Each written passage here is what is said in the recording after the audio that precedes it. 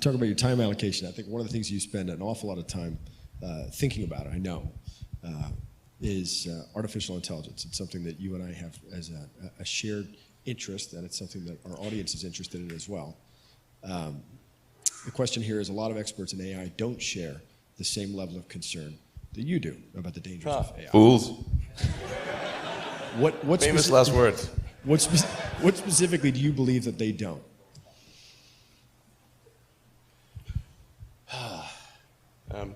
Well, the biggest issue I see with so-called AI experts is that they think they know more than they do. And they think they're smarter than they actually are. In general, we are all much smarter than we think we are, but much less smart, dumber than we think we are, by a lot. So this tends to plague smart people. They just can't. They define themselves by their intelligence, and they don't like the idea that a machine could be way smarter than them. So they discount the idea, which is fundamentally flawed. That's the wishful thinking situation. I'm really quite close to. I'm very close to the cutting edge in AI, and it scares the hell out of me. It's capable of vastly more than almost anyone knows. And the rate of improvement is exponential. You can see this in things like AlphaGo, which went from, in the span of maybe 6 to 9 months, it went from being unable to beat even a reasonably good Go player to then beating the European world champion, who was ranked 600, then beating Lee Sedol 4-5, who had been world champion for many years, then beating the current world champion, then beating everyone while playing simultaneously. Then there was AlphaZero, which crushed AlphaGo 100-0. And AlphaZero just learned by playing itself, and it can play basically any game that you put the rules in for. Whatever rules you give it, it literally read the rules, play the game, and be superhuman for any game. Nobody expected that rate of improvement. If you ask those same experts who think AI is not progressing at the rate that I'm saying, I think you will find that their predictions for things like Go and other AI advancements have their batting average is quite weak. It's not good. We'll see this also with self-driving. I think probably by end of next year, self-driving will encompass essentially all modes of driving and be at least 100 to 200% safer than a person by the end of next year. We're talking like maybe 18 months from now. NHTSA did a study on Tesla's Autopilot version 1, which is relatively primitive, and found that it was a 45% reduction in highway accidents. And that's despite Autopilot 1 being just version 1. Version 2, I think, will be at least 2 or 3 times better. That's the current version that's running right now. So the rate of improvement is really dramatic. We have to figure out some way to ensure that the advent of digital superintelligence is one which is symbiotic with humanity. I think that's the single biggest existential crisis that we face, and the most pressing one. And how do we do that? I mean, if we take it that it's inevitable at this point, that some version of AI is coming down the line, how do we steer through that? Well, I'm not normally an advocate of regulation and oversight. I mean, I think one should generally err on the side of minimizing those things. But this is a case where you have a very serious danger to the public. And therefore, there needs to be a public body that has insight and then oversight to confirm that everyone is developing AI safely. This is extremely important. I think the danger of AI is much greater than the danger of nuclear warheads, by a lot. And nobody would suggest that we allow anyone to just build nuclear warheads if they want. That would be insane. And mark my words, AI is far more dangerous than nukes. Far. So why do we have no regulatory oversight? This is insane. Well, it's a question you've been asking for a long time. I think it's a question that's come to the forefront over the last year. where you begin to realize that it doesn't necessarily, I think if we've all been focused in on the idea of artificial superintelligence, right? Which is clearly a danger, but maybe, a little further out. What's happened over the last year is you've seen what I've been calling artificial stupidity. You're talking about, algorithmic manipulation of social media. Like we're in it now. It's starting to happen. How do we, what's the intervention at this point? I'm not really all that worried about the short-term stuff. Things that are, like narrow AI is not a species-level risk. It will result in dislocation, in lost jobs, and that sort of better weaponry and that kind of thing. But it is not a fundamental species-level risk, whereas digital superintelligence is. So it's really all about laying the groundwork to make sure that if humanity collectively decides that creating digital superintelligence is the right move, then we should do so very, very carefully. Very, very carefully. This is the most important thing that we could possibly do. Yeah. Building on that, other than AI and the other issues that you're tackling, transportation, energy production, aerospace, what issues should our next generation of leaders be focused on solving? What else is coming down the line?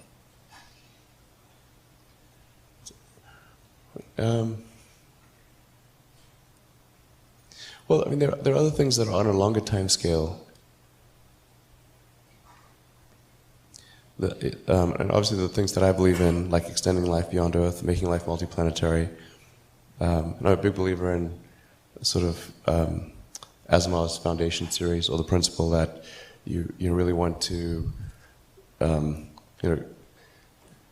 recommend reading the foundation series, but it's like if you know that there's likely to be, we don't know, but there's likely to be another Dark Ages, which it seems, my guess is there probably will be at some point. I'm not predicting that we're about to enter Dark Ages, but that there's some probability that we will, particularly if there's a Third World War. Then we want to make sure that there's enough of a seed of human civilization somewhere else to bring civilization back, and perhaps shorten the length of the Dark Ages. I think that's why it's important to get a self-sustaining base, ideally on Mars, because Mars is far enough away from Earth that a war on Earth, the Mars base might survive. It's more likely to survive than a moon base.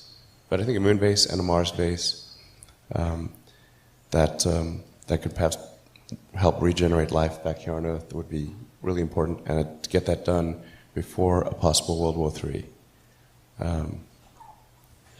Last century we had 2 massive world wars, 3 if you count the Cold War. I think it's unlikely that we will never have another world war again. There probably will be at some point. Or if we have another one, it'll be the last. Yeah, it just could be radioactive rubble. So, again, I'm not predicting. It just seems like, well, if you say given enough time, will it be? Most likely, given enough time. This has been our pattern in the past. Like I really believe in the zeroth law of Asimov's zeroth law. You're going to take the set of actions most likely to support humanity into the future. But I think that sustainable energy is also obviously really important. It's tautological. If it's not sustainable, it's unsustainable. Yeah, how close are we to solving that problem? Well, I think that the core technologies are there with wind, solar, with batteries. The fundamental problem is that there's an unpriced externality in the cost of CO2. The market economics works very well if things are priced correctly, but when things are not priced correctly, and something that has a real cost has zero cost, then that's where you get distortions in the market that inhibit the progress of of other technologies. So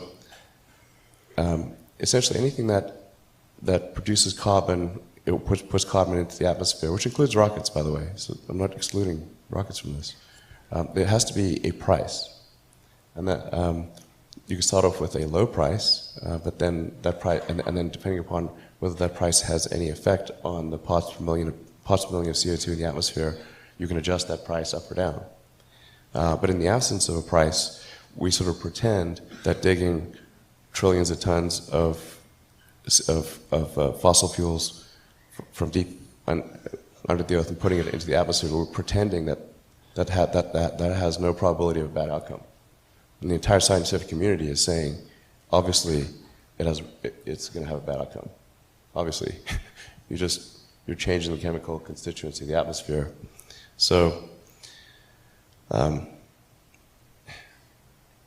so it's really up to people and governments to put a price on carbon, and then automatically the right thing happens. It's really straightforward. What do we do with the carbon that's already up there? I actually think we can manage with the current carbon level, or even a little bit higher. It's and this is going to sound like I'm backtracking, but there's actually an argument that more carbon in the atmosphere is actually good, but up to a point. So we might actually arguably have been a little carbon starved. If you go back 200 years ago and say, okay, well, a few hundred years ago, we had like 280, 290 parts per million of carbon. We're probably a little carbon starved. Now we're about 400, just past the 400 mark. I think somewhere in the 400s, probably okay. We don't have to worry about sequestering carbon or anything like that. But now, if this momentum keeps going, and we start going up to 600, 800, 1,000, 1,500, that's where things get really squirrely. The sheer momentum of the world's energy infrastructure is leading us in that direction. So it's just very important that the public and the governments push to ensure that the correct price of carbon is paid. So that will be the thing that matters. Yeah.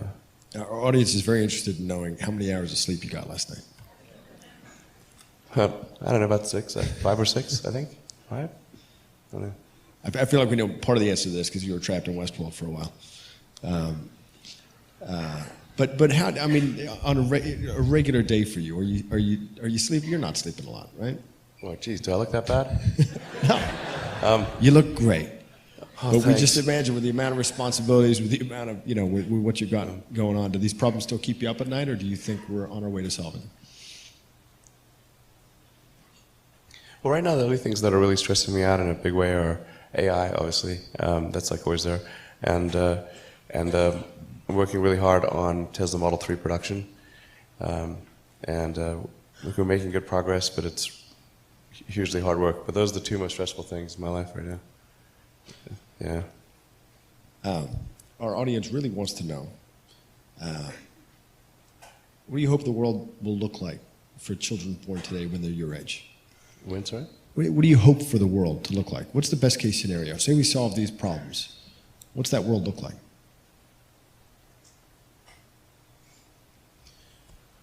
Let's see. So, I think a good picture would look like, we really substantially transferred to sustainable generation and consumption of electricity, so that the CO2 risk and the ocean rising risk is mitigated. And we're not looking at having Florida and sort of large portions of the world underwater. That'd be great. Not to have addressed that risk. That'd be enormous.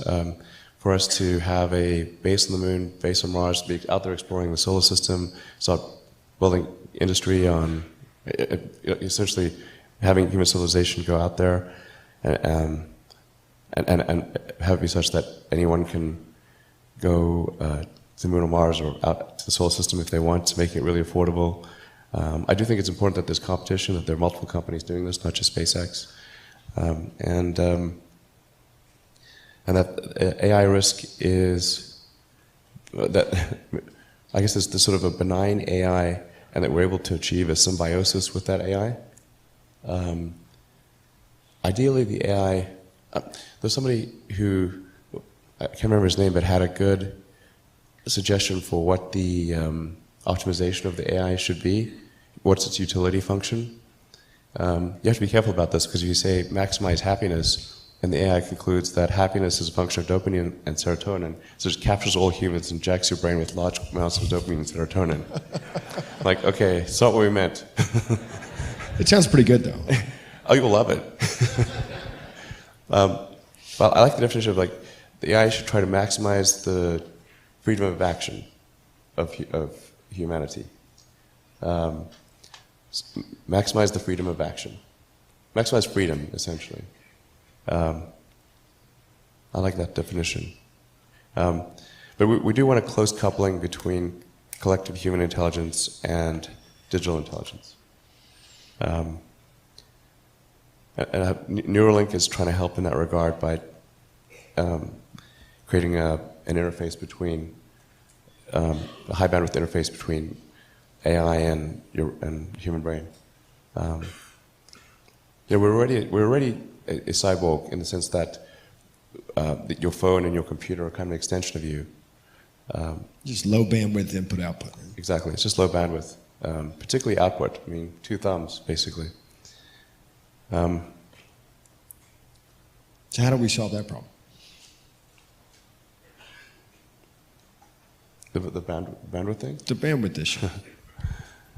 I mean, we've all succumbed to it now. We're all cyborgs. We're just low efficiency cyborgs. So how do we make it better?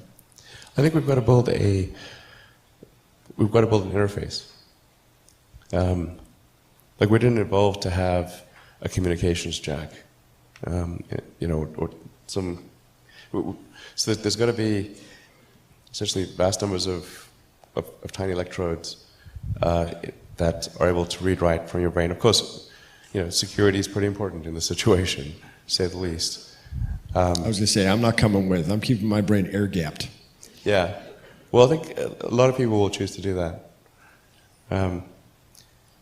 But it's a bit like Ian Banks' neural lace. Mm-hmm. But in the case of neural lace, it's sort of that's there from when you're born, or it's more a backup. Sorry? It's a backup. Yeah, kind of a backup. This would be there's a digital extension of you that is an AI, the AI extension of you, a tertiary layer of intelligence. So you've got your limbic system, your cortex, and a tertiary layer, which is the digital AI extension of you. And that high bandwidth connection is what achieves a tight symbiosis. I think that's the best outcome. I hope so. If anybody's got better ideas, I'd love to hear it. We're talking about another project that you're working on that our audience wants to know a little bit more about, Starlink.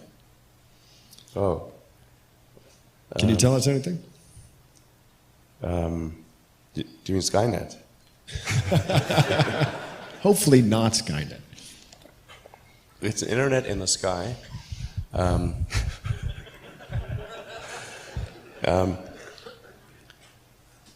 Well, we don't talk that much about Starlink, but essentially it's intended to provide low latency, high bandwidth internet connectivity throughout the world. There actually will not be enough cognitive processing power on board the satellite system to in any way be a Skynet thing. Like digital AI requires a lot of superintelligence, requires a lot of big servers on the ground. It's too power intensive.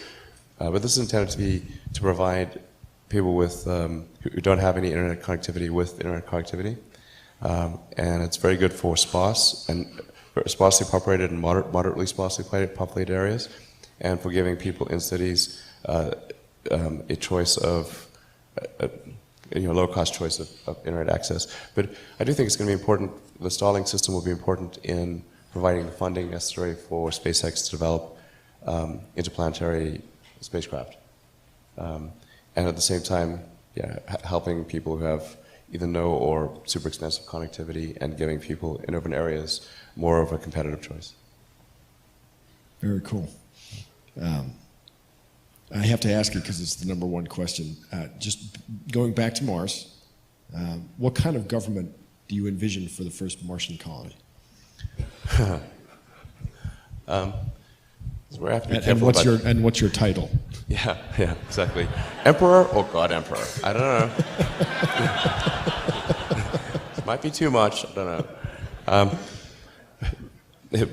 If you watch my jokes here, not everyone gets irony. You know, must remember. So I think I think most likely the form of government on Mars would be somewhat of a direct democracy, where you vote on issues, where people vote directly on issues, instead of going through representative government.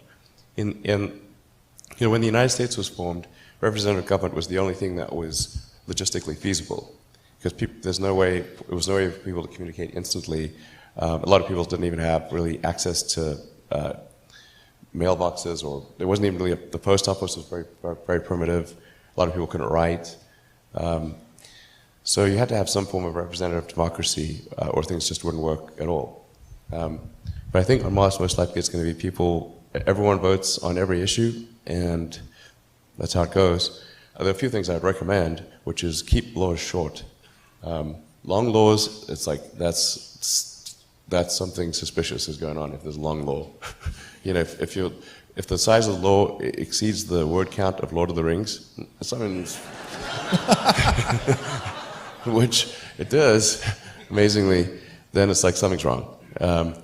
So there should be a limit to the size of the law that you should be able to digest it. Like, how come you can read the Constitution and all of the amendments, like you can read those in maybe an hour?